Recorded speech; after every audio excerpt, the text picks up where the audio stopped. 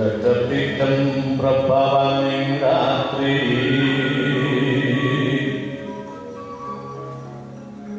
Sosodoro stander kawuryan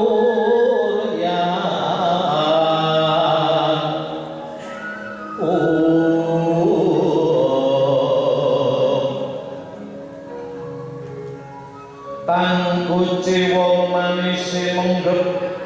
Srinaten tasih Siniwaka sangya prakasih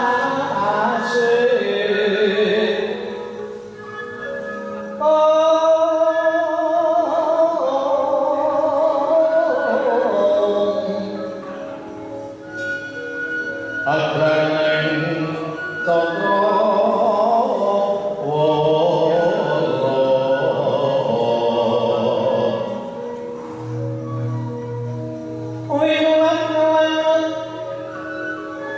Pandene maksake tekan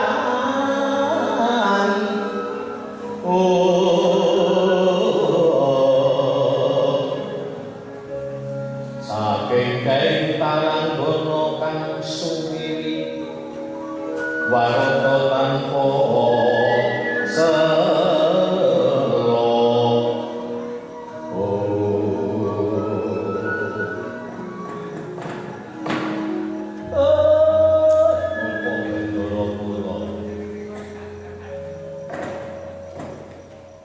titis jakis padha nitis nutul petis Gus nembe kewala mandak saking pisuwanan wonten ing petapan Kira suwan ing Medan lah kok mendel kemawon boten paring dawuh boten kersa menika kenging menapa menawi di Semar dipun penggalih tepat dipun lebetaken kemawon wonten kandhang macan abdi dalem nala galih apa tanggane sing ditanake mah sing salah Semar sing dilebok kandhang macan Semar sing salah Semar lebok kandhang macan tibake tanggane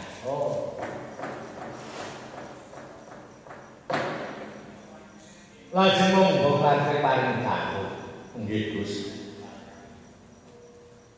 supados para abdi menika mangertos menapa tos jatosipun dipun dawuhaken kaliyan supados sedaya saged sabiyantu miwah nyengkuyung menapa dados kersanipun Bapak Ndoro ora kersa ngendika matur ya aman disandian antuk karo sing arep-arep wong dalane ora kersa ngendika padha dene kowe ora watan jawab karo apa sing kok tidak gontok Gus lajeng kuwi paring dawuh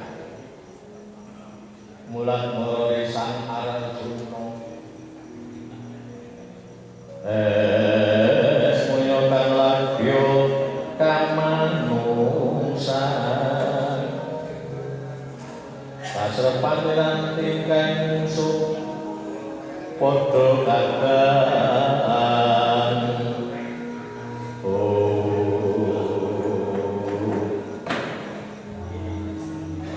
Kakang Semar Putrunaya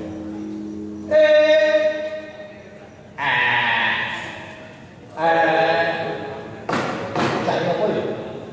Mah, mungkuk sing darane yang ketoke kowe tak kira pamadhep mulang ta kira ben setan aku dolan tenan aku iki seneng mergo dalanmu kersa ngendika mah sing ora ana menapa Gus sing dipangapuran Kakang Semar Putrunaya nggonku kendelan iki ora mergo Kakang Semar saputra putramu salah nggone nderek marang tindak iku ora nanging mergo saka gedhing Sungkawa ing sumandha ana. Wah, lha napa sing marake sungkawan penggalih Ndara Janaka niki? Yaiku lekase para Pandhawa ingkang bakal njaluk baline negara Indraprastha sak jajan kelebu negara Ngastina ingkang sepadan. Kanggan iki Kanjeng Rama Drupada nyalirane dadi duta ingkang angka 2 ingkang sepisan kasalira diri Kanjeng Ibu Kunti Paribrata manut pengendikan Kanjeng Hyang. Para Pandhawa tumindak sepetak dosa seklimah ora kena nilar marang ngendikan Koko Prabu Bulawati. Mula kang sapa iku ayo Kakang Semar tinggal dherekno tindak tumuju negara Wirata. Wonten karangan nake kang pati ludira kang manembur-embur kakak riman munyo bangun.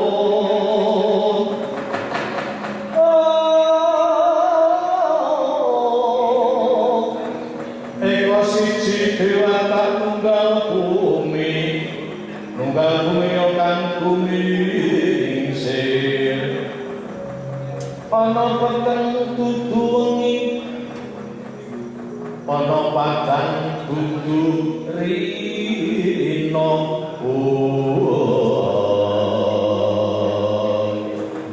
yaiku petenging hantaka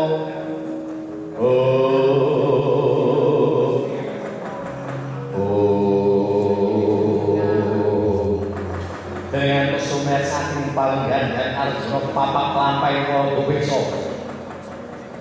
saking negari Madyanto piling-piling mata Andawa mambu gandang sakro pating kalitrah pating alidro solae nyampe pang-pang berikan selo-selo pating kalitrah pindo awan kimangga.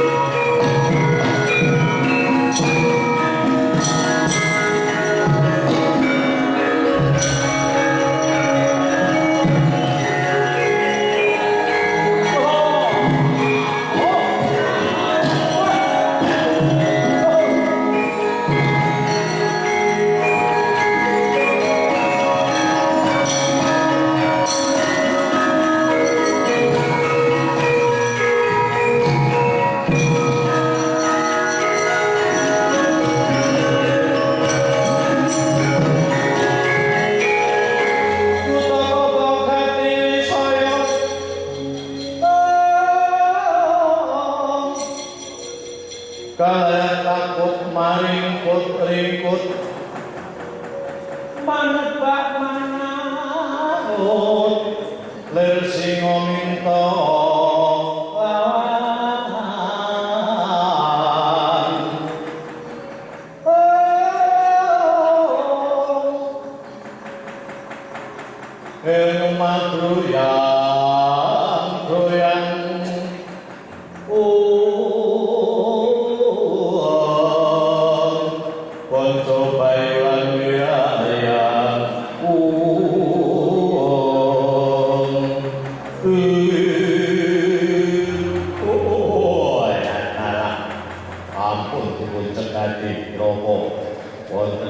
bagus tanpa cacat mulai pagi kula rimah lalu retak sesep gede aja satrio iki pangari bawani tak sunggoro rani sak remo pira rasa lendai nang suwe-suwe astane kemungkinan prakodo satrio gede sujanane ojo iki prayoga tak takonane dhisik mengkure sing aku ngendi omahe sapa jenenge bakal nang ndi kenapa tak karo mong sapa nek mboten kula iki takut mangkene pun laku kula yak-yake kok tak karo mong sapa lho sak Pakistan kok dadak ampun dipun cekaki kira-kira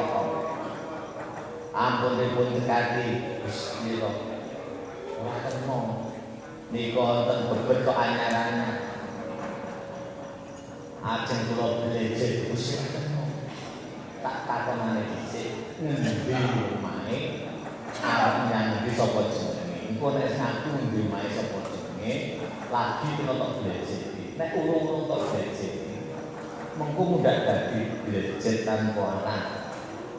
nganti kaya apa to nek jet tanpa anak kowe lah sapa jenenge ngendi omah sapa oh, tak boleh teman-teman. Apa kowe mutang dinten? Kuwatir menawi kota tunggu aku tunggu sembarangan buta nganggo den sapa jenenge sapa dirani takon. Raden ngaku Raden. Sing seru. Duwe. Ono bilang ya. Tepat sak belo awak. Kepiye itu pun dikalah. Ngaku mangke kira bodo kalane tandangi ngoten pepek. Ora ngono buta kowe takon. Tak kaya wong usah mang. Balik soro aku takon sapa racikan ngendi tangga baku ditakoni donganku dadi junjung tangga baku junjung tangga baku junjung buta baku junjung tengok kene junjung buta ora tengok ae tengok ya aku arep percaya sapa negara Madyanegara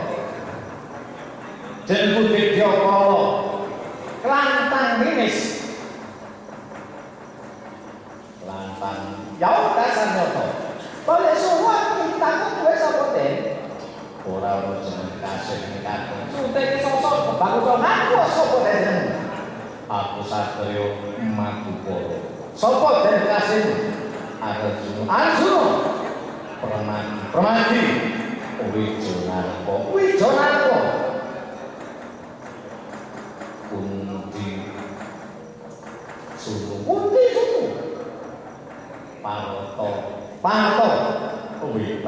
Wibasu Siwaranara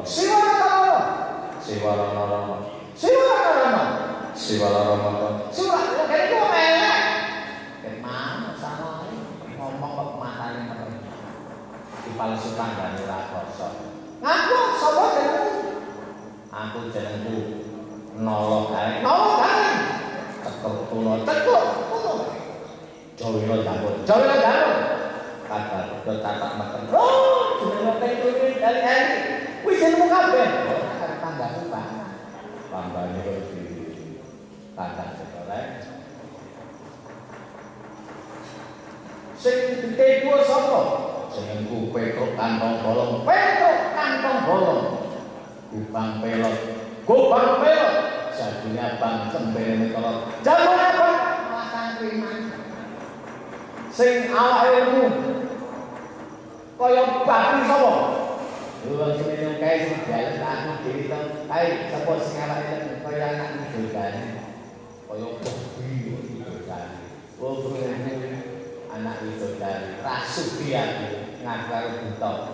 bedhae ning omahku medhone anakku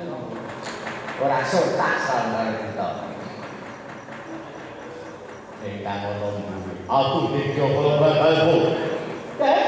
ana marang mengulur lakumu lonjong botol bakate ndak menangi nuruti budi pengangen kedhe menika jumangkeng manuk mabuk karo pecokane jabal makan kudu karo satu karo bali racun ora ono kawat kenteng iso mbalike marang laku ilange kawat kenteng sirah buta pating jawab sirah buta lak sampar tak sandi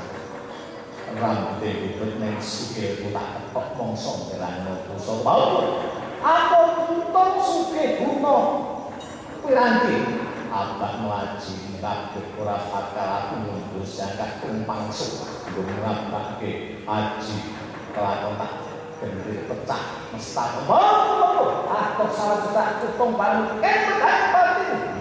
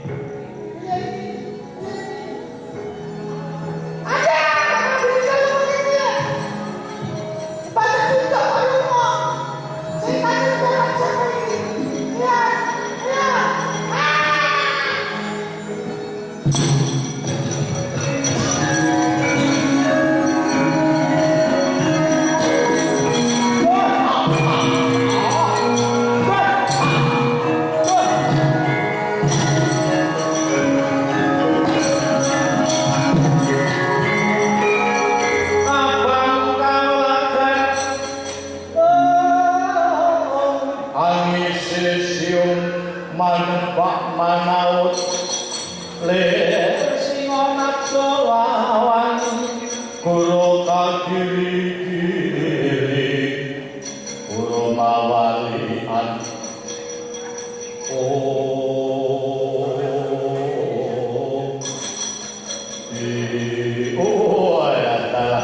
antap maju mati mundur dadi bayangan sapa jenengmu aku arep tak upamake wonten korpring sapraja tok pilih sing bengkok sing lempeng pisan sing bengkok sisan kudu mbok belake majuke merkani 4 waduh salah tak untung bangane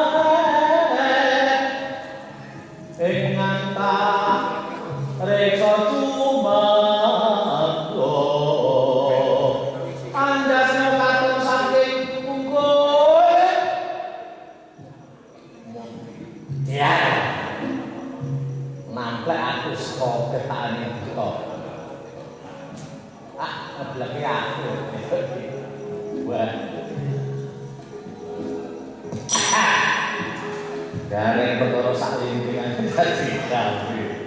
Ayo, oke ya. Oh iya.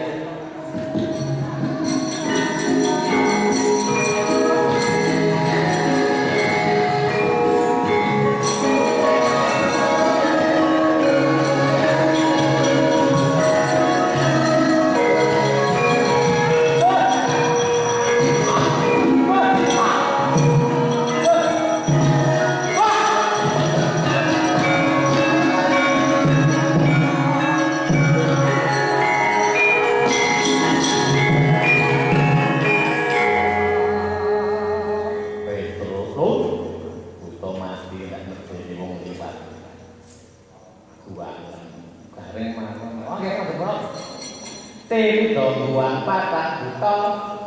buta mati sajake kok kena derwis. Waduh, putane kok lelemu. Sajake urip kepomo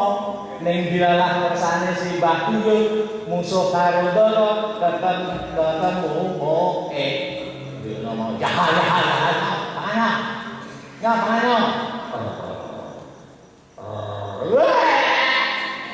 putane urip wong wis mati kok isih urip kebangetan buta mati mripate wis didu ngono kok yo dandani wis isih urip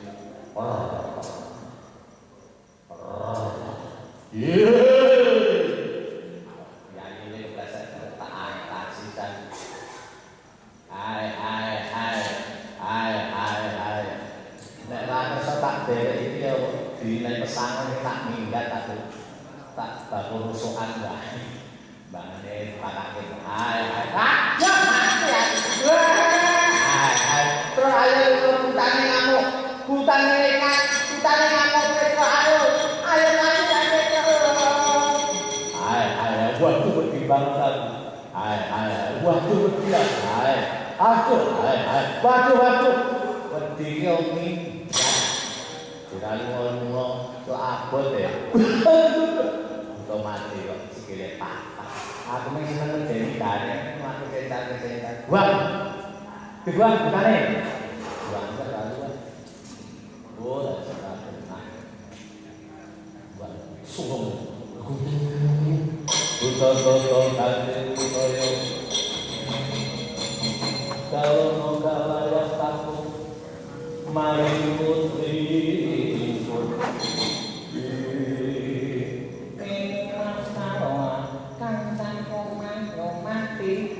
mati mundur tapi bacaan teh tamat denangmu sanopo punten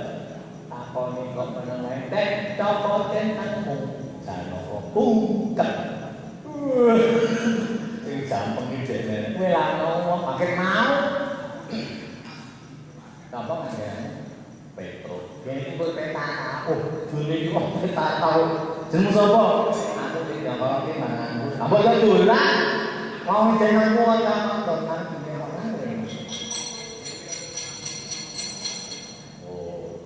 perang berasa perang ini perang di paten-patenan ayo aku kowe bersatu dalam budaya gelem ora kok ya gelem nggon mono iki apa budaya lho kertas kecagi persegi panjang wangi loreng-loreng terus ngarepe ngrek putih ana apa-apa ana abang siji abang loro abang telu abang enem ngono kae kuwi jarene nek nggonku apa ngono kudu itu pae ana kudu budaya kudu melanggar hukum ora oleh lah nek nggonku budaya budaya betul ente sing duwe bebet anyar-anyar kuwi sapa ente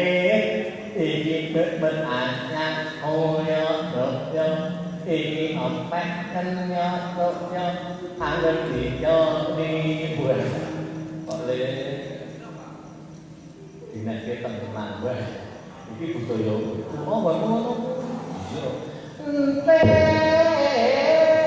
sing duwe kalung gede-gede kuwi sapa ente iki kalung mulya dongyo Anget widok lilo iki Mas ngene entit aku iki duwe pira-pira tak lingake ning trimo tak nggo entit kok kan weh santutan pira nyontong kan cuacana entit aduh entek nang kene kok tok sing duwe sarung kuwi sapa entit iki tak nyoko weh sisap wis dinten kok dijaluk meneh kene aku ning sarung ngancok kan oh iya wis sarung lan ngomong ngono Gus monggo dibacoke latahe ayo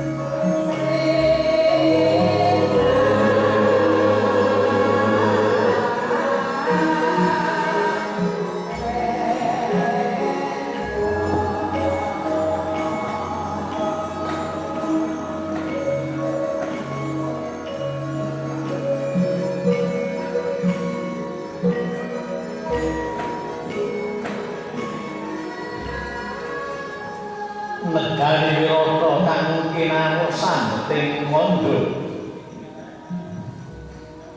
negari Wirata kalebet negari ingkang sampun sepuh sejarahipun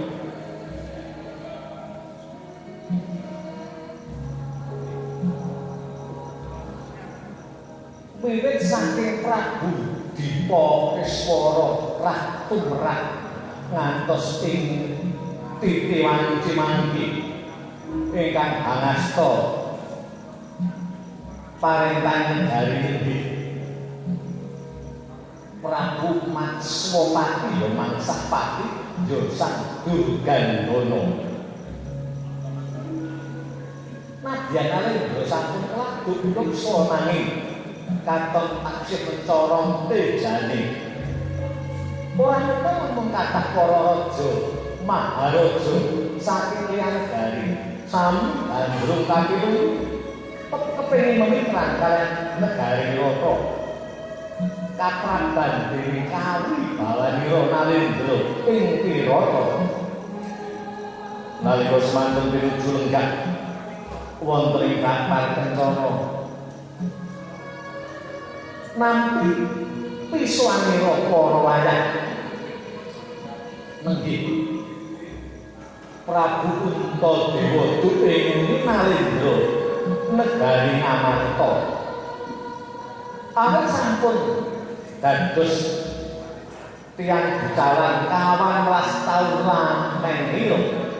satemahing Angaranupada suwita wonten negari Wirata sakadang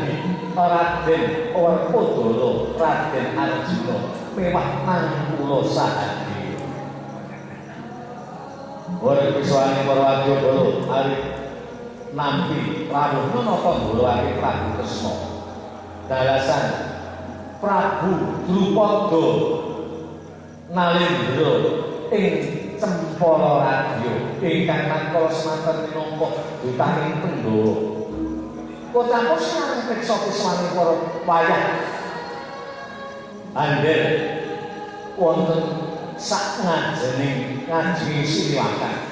Sigrang mengbe manut baswaran dilakukan dereng karya sing lisan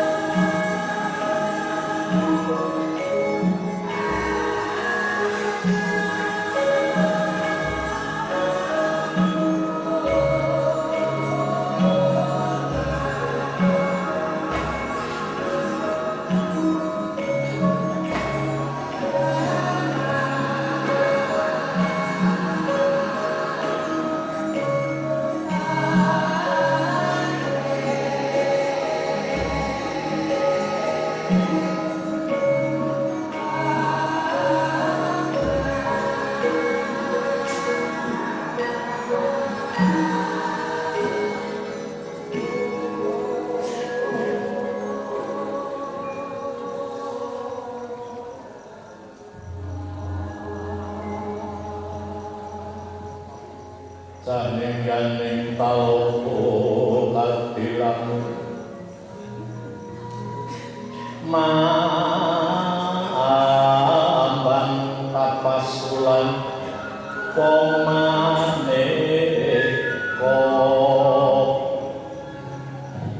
lintang toya kusumayana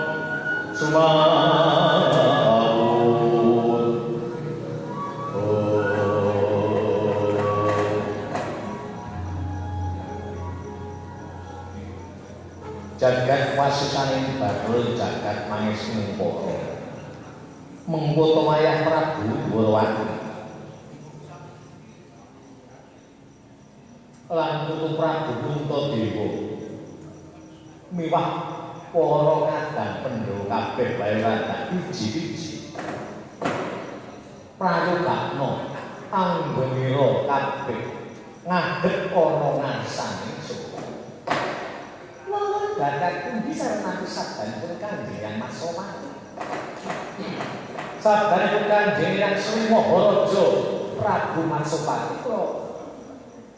pundi wonten pustaka tumuli kula ngaturaken sembah pangapunten semanten kula ugi mangkat aku sembah utampanono Masopati kakek kula semanten ugi ngaturaken pangapunten yo sira kabeh tak tampa ya yen ora kleru wis ana bisuwane Drupada Raharja jeneng para munggah ana singgil negara Wirata nuwun datang nedha kali Bhamarta nampi sabdanipun Eyang Masopati pangestu paduka swan kula